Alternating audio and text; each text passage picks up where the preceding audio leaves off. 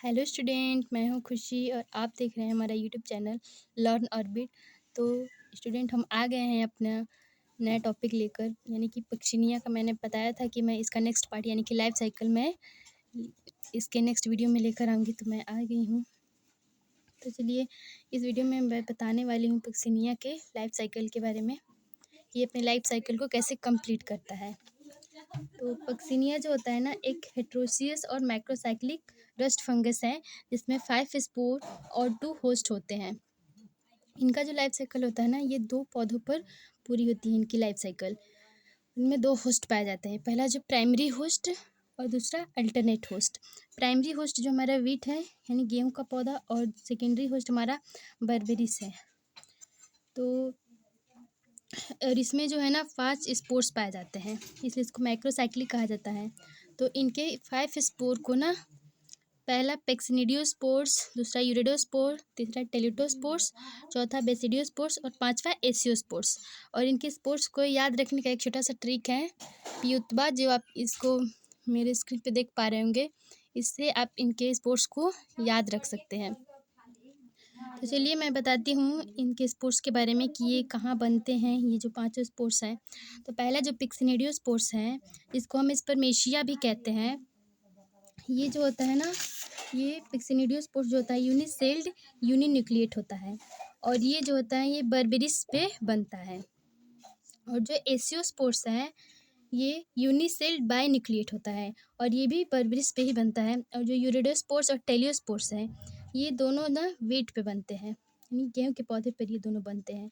और जो यूरिडोस्पोर होता है, ये यूनिसेल्युलर डाइकैरियोटिक होता है, और टेलियोस्पोर्स जो है ये बाइसेल डाइकैरियोटिक होता है, और ये दोनों वेट पे बनते हैं। और जो बेसिडियोस्पोर्स हैं, ये यूनिसेल्ड यूनिन्यूक्लिएट होता है, और ये टेलियोस्पोर्स से बनता है। तो ये हो गया। अब हम स्टार्ट करते हैं पक्सिनिया के लाइफ साइकिल को। तो सबसे पहले जो ये अल्टरनेट होस्ट है हमारा बर्बेरी, जो डाइकॉट होता है, यानी इनमें ना दो कॉटिलेडन पाए जाते हैं, इसलिए इनको डाइकॉट कहा जाता है।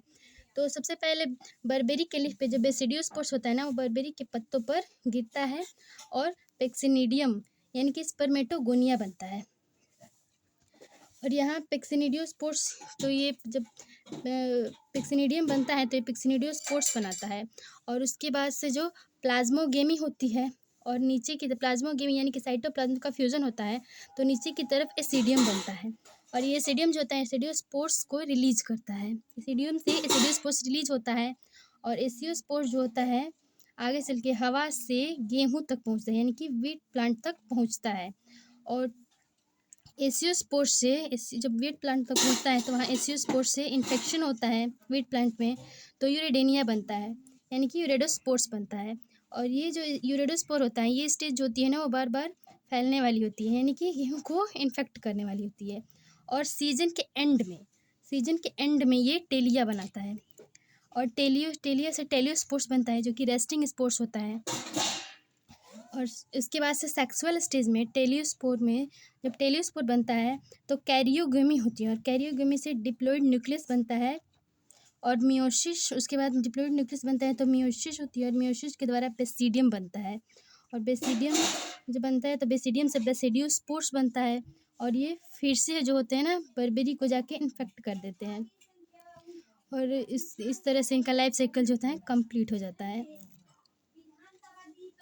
तो ये था पिक्सिनिया का लाइफ साइकिल। तो जब वीट का पौधा, जब वीट लीफ जो होता है ना, जब यंग होता है तो उसको एसियोस्पोर्स इन्फेक्ट करता है, और थोड़ी देर बाद जब वो मैच्योर हो जाता है वेट लीफ, तो उसे यूरेडोस्पोर इन्फेक्ट करता है। और बर्बेरी के लीफ को तो केवल बेसिडियोस्पोर से इन्फेक्ट करता है। तो इस तरह से पिक्सिनिया का लाइफ साइकिल कंप्लीट हो जाता है। तो दोस्तों, अगर आपको हमारा वीडियो पसंद आता है तो प्लीज़ हमारे चैनल को लाइक शेयर एंड सब्सक्राइब जरूर कीजिएगा। और यदि इस वीडियो में आपको कोई भी डाउट हो इस लाइफ साइकिल में, तो आप हमसे कमेंट करके पूछ सकते हैं। फिर मिलते हैं आपसे एक नए वीडियो में, अपने एक नए टॉपिक के साथ। तब तक के लिए थैंक यू।